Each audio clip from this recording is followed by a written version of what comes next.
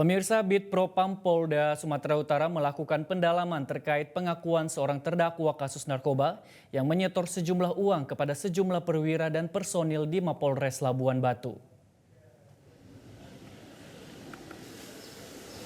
Proses pemeriksaan terhadap Kasat Narkoba dan Kapolres Labuan Batu disampaikan langsung Kapolda Sumatera Utara Irjen Pol Wisnu Hermawan Senin siang di Mako Polda Sumut.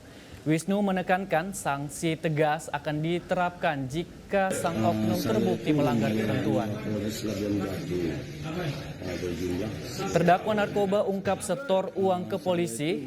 Sementara itu dalam video yang beredar, terdakwa bandar narkoba bernama Endar Siregar menyatakan Kapolres Labuan Batu dan sejumlah oknum kepolisian menerima uang dengan nominal yang berbeda-beda.